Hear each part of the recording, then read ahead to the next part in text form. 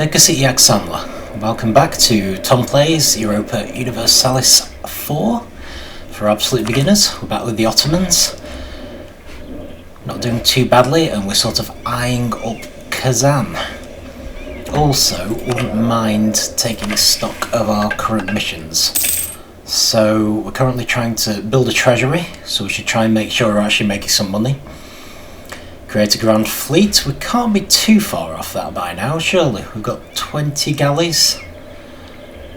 And we need, I think, 30. Okay, we've got a way to go.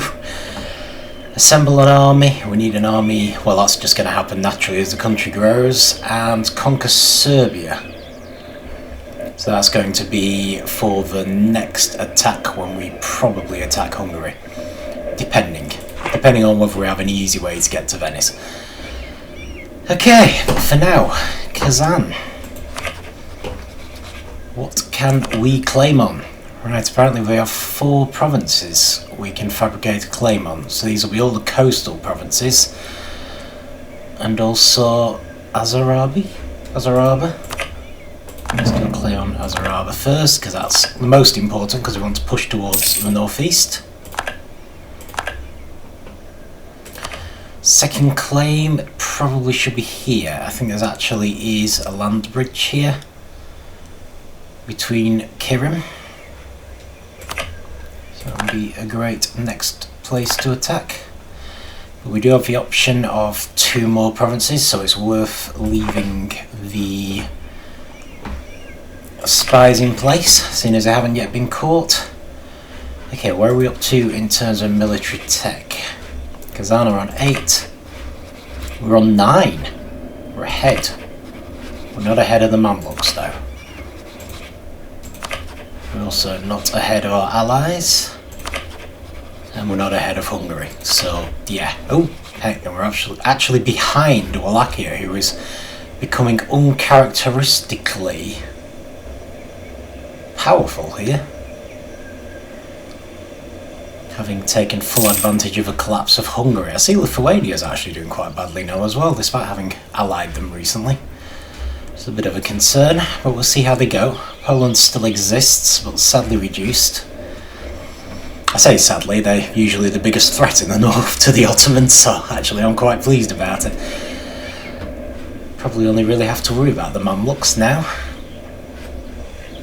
Okay. Right, brilliant. So we don't want to go for any defensive ideas just yet. Should at least try and get 1 more. We've got an institution, I think colonialism. So we're suffering a penalty to gaining new technology because of that, but it's not all the way up. They tend to go up to about 50%, the maximum. Now this is unfortunate, we don't seem to be in anywhere near getting it. It's obviously started in Coimbra in Portugal and is spreading out from there. Thankfully it'll probably spread across the sea at some point, so I'm hoping we'll still get it before the Mamluks. Still on the plus side, all our rivals, everyone around us has the same penalties we do. It's not something to worry about as such, but I do think before it gets too high we'd be better off getting actual tech first, and then we'll worry about national ideas. Plus I think when we get to modern theocracy, yes, we'll get a 3rd national idea. So we've done an administrative and a military, so we'll go for a diplomatic, and then when this reaches its highest point we can spend our monarch points on diplomatic ideas instead of on tech, because at this point we're going to struggle to get tech. So for now we're sticking with the tech and ignoring these alerts. We have loans. We have a loan. Not so bad. So we need to pay that back because we need to try to get 2,000 ducats. We have too many diplomatic relations thanks to having 3 alliances now. Lithuania, Bohemia and Karakuunlu, and also 2 vassals. Still rather keep the vassals for now. Got some provincial unrest, but not too much. Truces, but they're all with the southern countries. We could build buildings, but we don't currently want to, and we've got some claims, which are the ones we just made.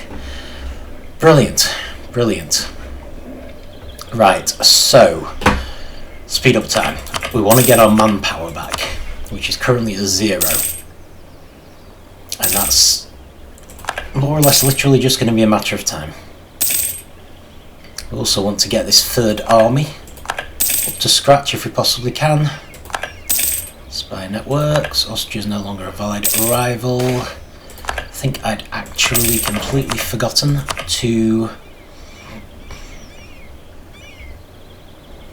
lost an advisor. Okay, let's check our money. We've got +9. Bear in mind that we do want to make more money. And none of these advisors are very useful. We can't actually afford a +3, so I think we're stuck with this fella. Which is a shame, because in a lot of ways we could do with getting our military tech up before the penalties from not having colonialism become too bad. But we'll see. Okay, we've been lucky enough to appoint an excellent minister. So administrative benefit will give us more stability, which would be great. Might get rid of his provincial unrest, or at least help. 25 prestige, which is slightly more than we need, but it's always good to have, and 40 administrative power, which will be very useful. Or we've got the military benefits, 10 army tradition, 10 navy tradition, and 100 military power. I'm actually tempted towards that, to be honest. Much as I would love for stability.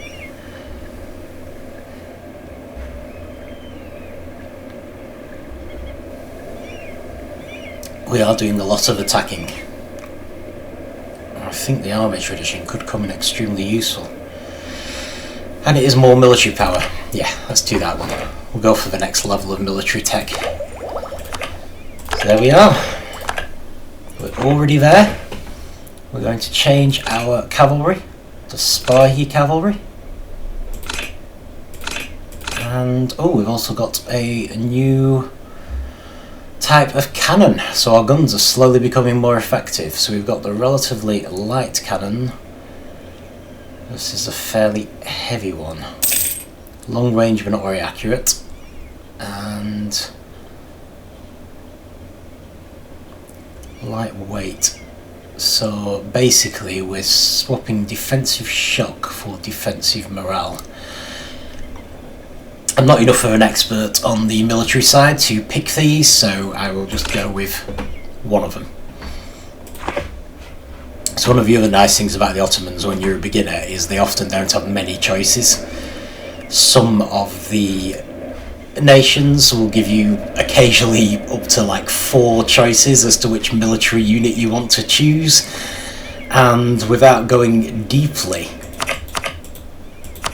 into how things work in the game, it's very difficult to know what to choose. I usually go with whichever one is closest to the nation I'm playing, historically, because they do often tell you.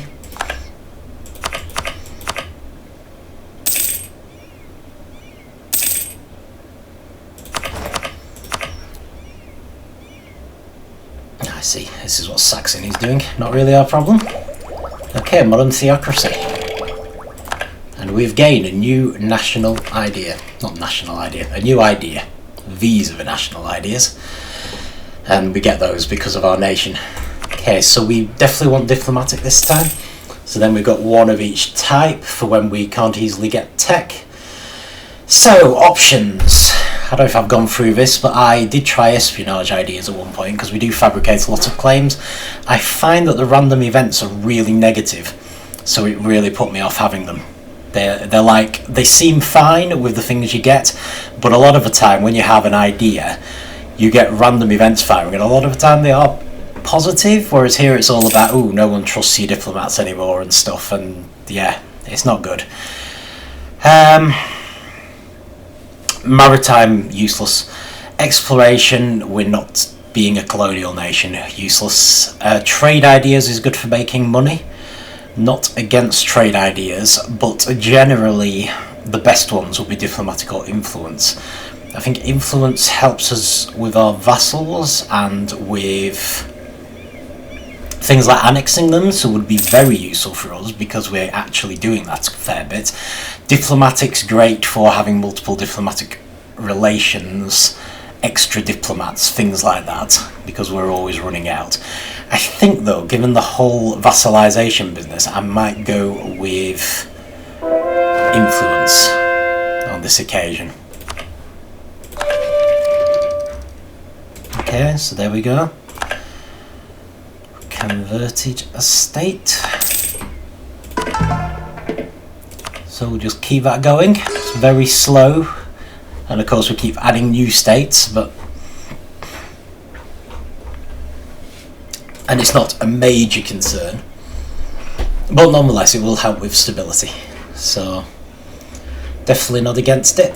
Right, we started gaining manpower again as well, which is brilliant. So that means we now have 27 here, 2142, 27 here, 2142, and 25 here, 1951. So I definitely want another cannon to start with, and I think maybe a couple of infantry. Also would like to get rid of one of the cavalry. I don't think we need more than 4. So I'm just going to... There may be a better way to do this, but that works for me. I think that will put us... make this army exactly the same as the other two. Which should mean... Ooh, separatists. Nice. Which should mean we'll be in a position to attack. I suppose the only big question would be... Oh, we're going to go with 80,000. Assemble an army. We have! Brilliant. So our next one's Unite Home Region. All provinces in the Balkans region. I have a feeling that's either these islands, which I still haven't got around to conquering, or possibly some of the areas up here. I think this is the Balkans. I may be completely wrong, but I'm hoping it's something that will happen naturally as we're conquering the various provinces, so it's possibly not something we need to worry about too much. So I'm quite interested in this separatism going on here. I'm wondering whether to actually hold my horses on attacking until the separatists are either dealt with or... Oh, there we go, there's our army. Excellent. Right, so if I leave that army there, and I'm going to bring this one up, probably, unfortunately... Oh no, I can use my ships. Speaking of which, let's just check the military. I've got room for 2 more ships. We've actually, without checking, we've actually gone right to the maximum on land. So 81, 327s. But ships I can have 2 more. I would like 2 more transport ships, which I think we have just increased the tech of those. Richest men. Okay. Greatest and richest men has died. So we've got the option of keeping the money, which we do need at the moment, but usually this is a better option. It'll give us 15 prestige, which we do need. Prestige slowly decays, goes down as time goes on without you doing anything. And we also gain a philosopher, which I think is administrative, which increases our prestige still further, so that's much better. Money is actually not that valuable. So he's doing yearly inflation reduction, but we have an option for yearly prestige, and he's actually cheaper. So he will ultimately gain us more money anyway. Brilliant. Absolutely brilliant. We could invest in a new idea. I'm still thinking in terms of getting tech though. We're up to 17% penalty, but everything is at 130%.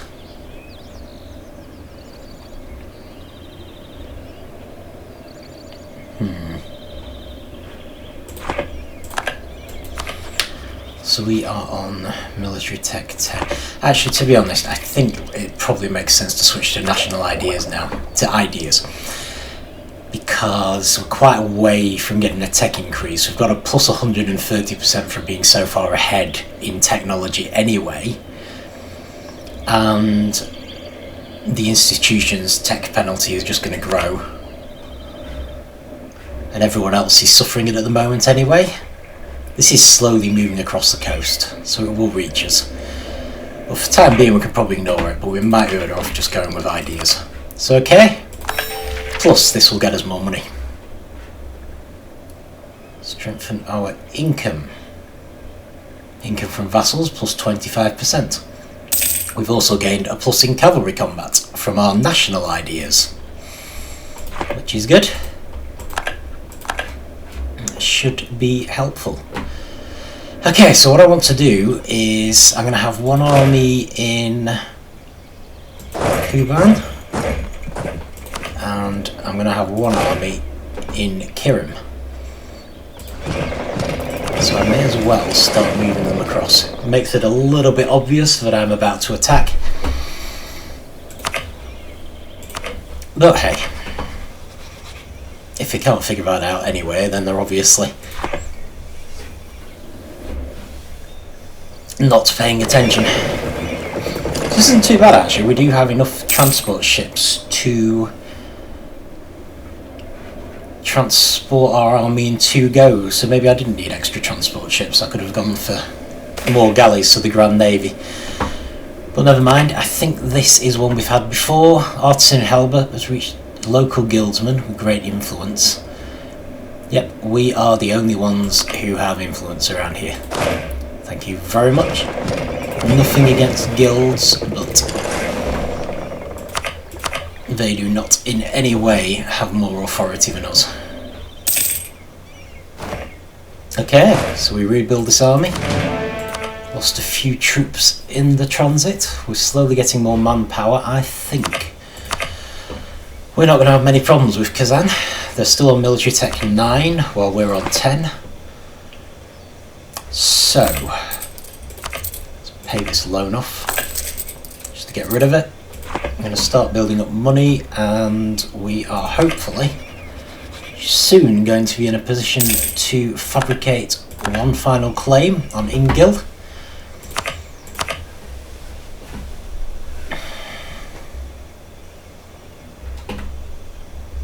So we need to get this to 35 for our last claim. So as long as we can do that without anyone spotting our spy, should be fine. On 30.23.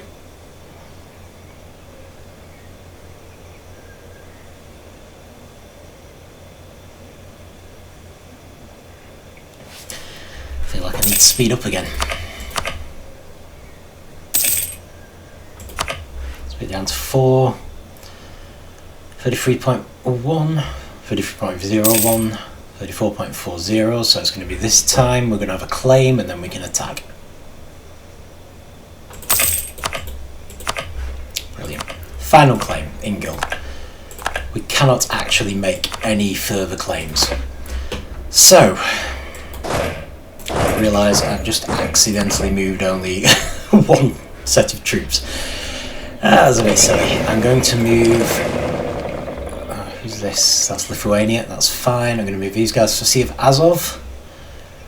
2 coastlines really for Kazan.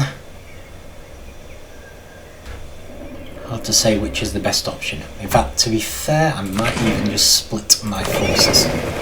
So you stay there, you move into the Sea of Azov. We do gain some monetary benefits from attacking their coastal regions, well, from blockading them. Not many, especially because we're going to take them almost immediately. But nonetheless, I do like to think we're getting a certain amount of revenge for them having joined in with Crimea as well. Uzbeks going to join in with them. No one is going to help us. Karakoyunlu are still in debt. Our diplomatic reputation is low. Lithuania has a truce. Honestly, I don't care. fairly sure, as the Ottomans, we can take on both Kazan and Uzbek. I grant you Uzbek's a lot bigger, but this land isn't that fertile. I wouldn't be entirely surprised, to be honest, if they're still struggling to get the Renaissance. You can actually see past... There you go. Kazan's still getting it, Uzbek doesn't have it. It's like past institutions. Just spreading down through the south now. This is the other advantage we've got. When we're fighting anyone other than the Europeans, by and large, although Lithuania's taking their time, we'll usually find that they're below us in technology. Whereas with the Europeans, we have to be a little careful about tech. Make sure we're not too far behind them. On the plus side, we do have the advantage that we're much bigger than any European country.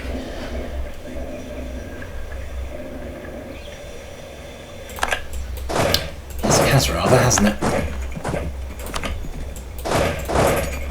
So see, on this occasion, I am sticking with the idea to only use 2 armies to the actual attack. I'm leaving this one here rather than far away, because I'm not expecting any rebellions, and also I was worried they might try to circle round and attack me this way. Of course, there's every chance they'll circle round and attack me this way, but what can you do? Another thing that's interesting is this country, Mazandaran. Is there any chance I could vassalize them? Might try to improve relations with them anyway. We'll see. I'm going to try to improve with Karakyunlu again. I'm going to try to improve with Bohemia, just try and keep my allies on board.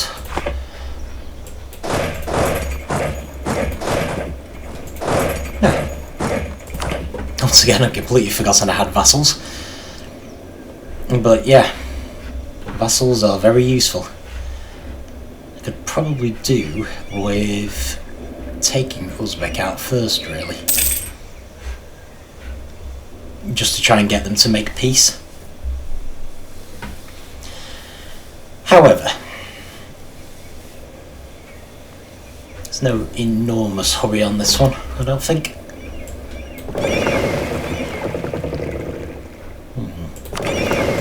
Let's send 1 transport to each navy. We'll coalesce them together. So taking land fairly quickly here. Actually, seeing as my vassals are doing quite a good job of taking the unoccupied land, I might go straight for the castles. Don't have many vassals working on this land, so I can maybe keep this army here. But yeah, I'm just wondering if Mazandaran might be small enough for me to vassalise, potentially. With taking the influence idea... Oh dear, we've helped with some separatists. Never mind. I really want to be helping them. But what can you do? Haven't actually seen any sign of their armies yet. It's a little disturbing. Unless we're already at war with someone.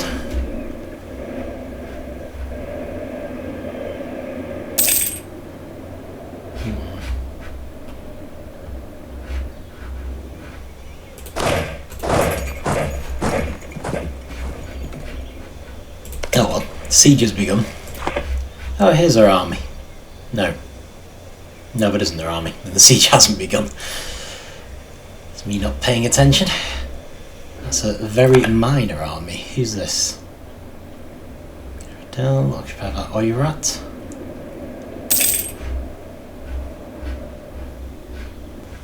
No particular sign that they're fighting a war. They just don't seem to have armies. That is throwing me slightly. Never mind. Got this. So we're now going to take this piece of land, which is going to have the added benefit of forcing these ships out into the sea, where they will be chewed up by one of my navies. So that's always a good thing.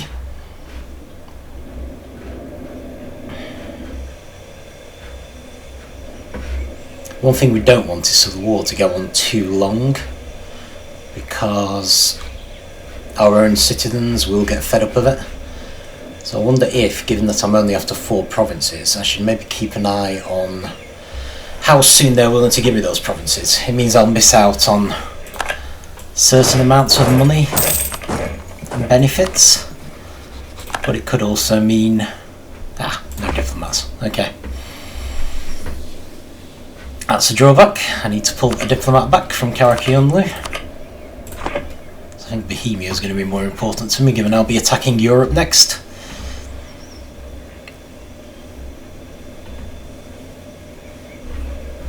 I suppose, to be fair, I would rather finish this siege before I make peace of any kind.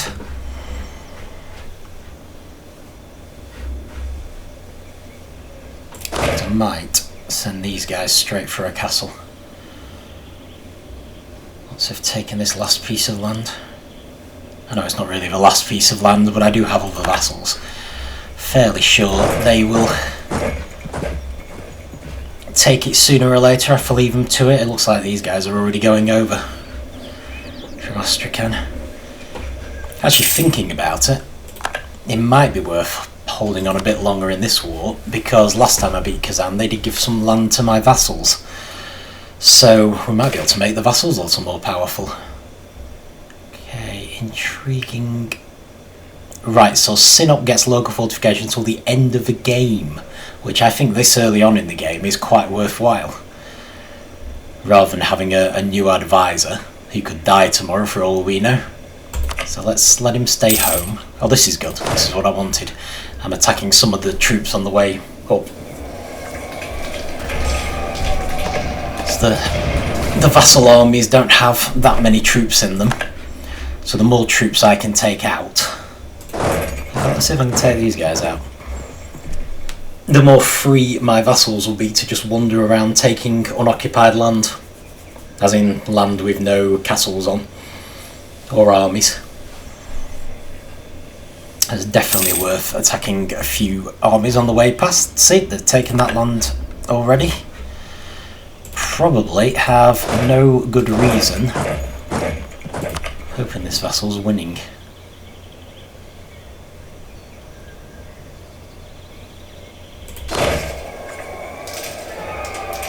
Pressingly close though. Nope, they lost.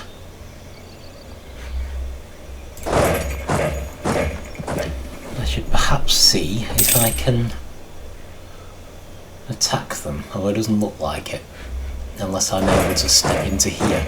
Oh, I am able to step into here. So this land here is undiscovered territory. It comes in more when you're a colonial nation, because most of the New World, as they call it, is unexplored, but you tend to need exploration ideas in order to explore it, not surprisingly. But I believe there's some leeway given when you're at war to allow you to attack the enemy. So this is presumably what I'm getting now, so I'm actually able to discover this area.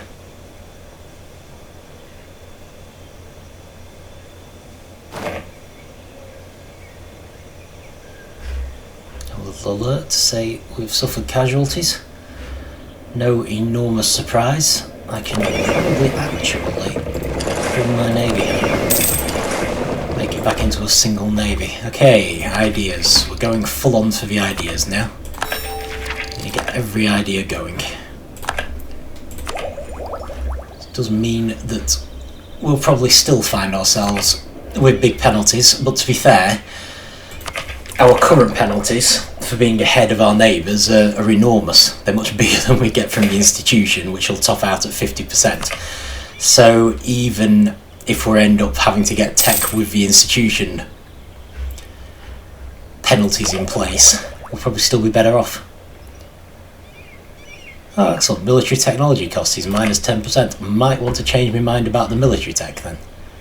We have won the Siege of Kazan. Wonderful. Let's go make another siege. And I'm going to go and siege Uzbek as well. I'm going to hope that my vassals can actually achieve something. I mean, if not, I could try to bring these guys around. Really do these armies taking out. Never mind, the castles will make a much bigger difference. So seeing as we're sieging, I'm going to turn the speed up again. Done. Yes, I know. Call someone. Ill news. We've lost a general. That's not good, but I can't do anything about it because it's in enemy territory. Got a battle which we have won, which is what we want. Someone wants military access. I do not mind. From the knights. So once we win these sieges, I might try to make a peace.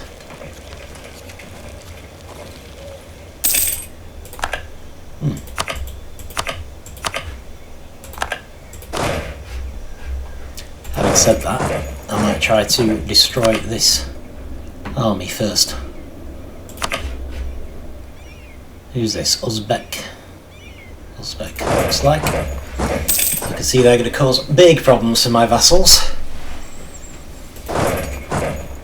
So let's see if I can't take them out.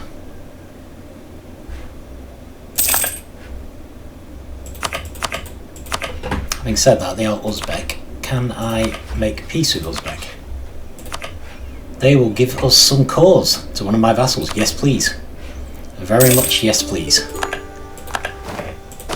And that also deals with those troops quite nicely. Okay, brilliant. So I think Nogai just gained some land. Did they? Oh yeah, over here. Interesting choice. I think Nogai needs to build some ships. Got some Circassian separatists. Which is fine. I have an army coming over to deal with them. There's the other problem with war. As people start to get fed up, you find you get more uprisings. On the plus side, you usually have your castles all active for the war, and you usually find that you have a bunch of armies wandering around. So, not so bad. Kazan apparently wants to make peace, but I would rather finish the siege because we'll get better terms. But to be honest, as far as Kazan's concerned, we might even be able to just take all their land and get 100% war score before we make peace. But let's see. Put these separatists down first. And then we're going to take out this army. Hang on, is this more separatists? This is more separatists. They're not even our separatists, but I'm going to have to go and deal with them. I should hopefully be able to let my vassals take the land back. I just need to deal with the armies. Because I'm the one with a 25k army and a 2-star general.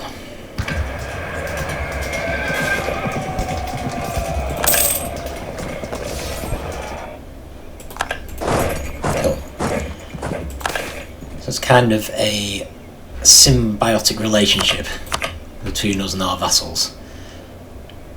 Siege engineers. Okay, there's no drawbacks to this apart from losing money, so definitely worth it. We gain some military power, which is good. We gain a new military engineer who is cheaper. And we have won a siege.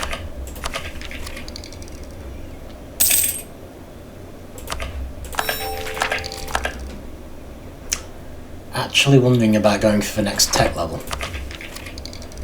Let's just change advisors. So our new military advisor is this one, who is remarkably cheap. Because we had an event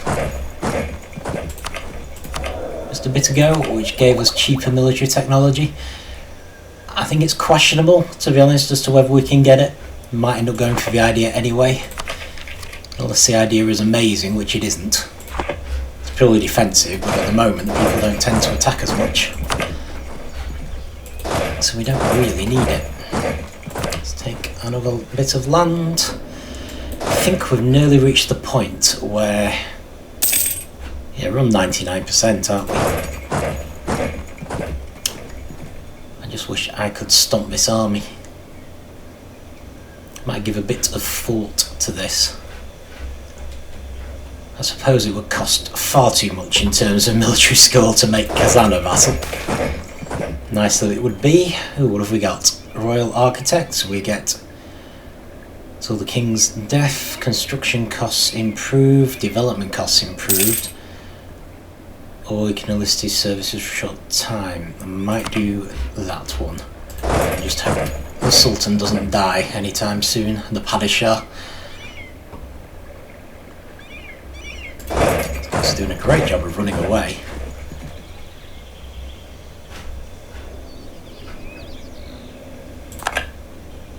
Come back here.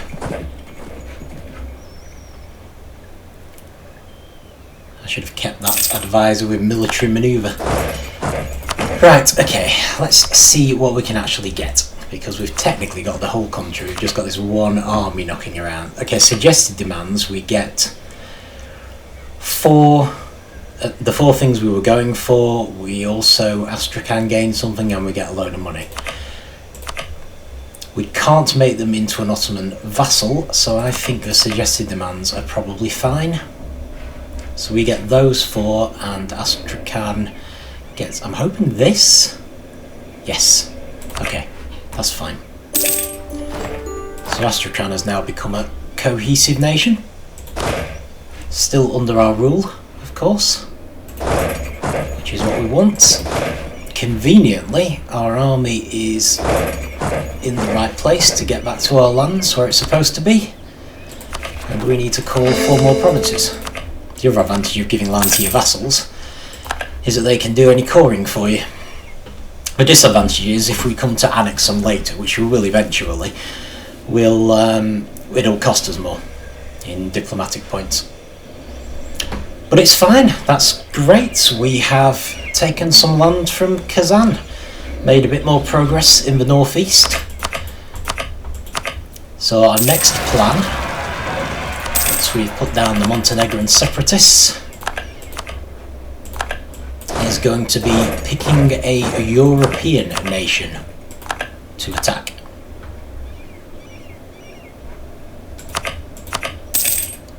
Just get us into a good position if we can. What's going on with Theodoran separatists? Not happy about that at all.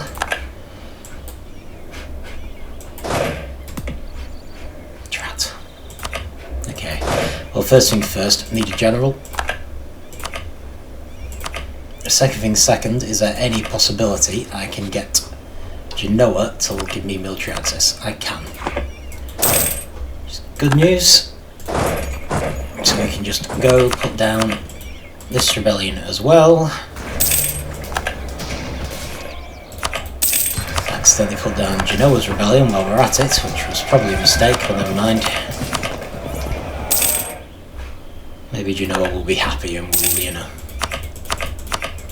think nice things about us. Okay. Might actually leave them on Kirim and cancel military access for now. Which means realistically I'm going to want to bring these guys up here.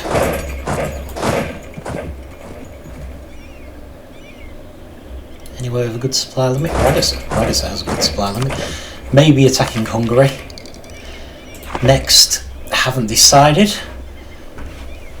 And to be fair, we may want to wait a bit to rebuild manpower while we're deciding. But yeah, I think that's it for this one. Made some decent progress into the northeast. Our truces have ended in the south. So we could be gearing up to attack them. We probably should have been building spy networks, so we'll be starting to do that, but to be fair, we still need to decide whom we're going to attack. So Hungary would be the best for our missions, but Venice may still be far less powerful than us, and Wallachia are a kind of growing threat that are concerning me slightly, so we'll see. We shall see. But that will be for next time. So I will see you then.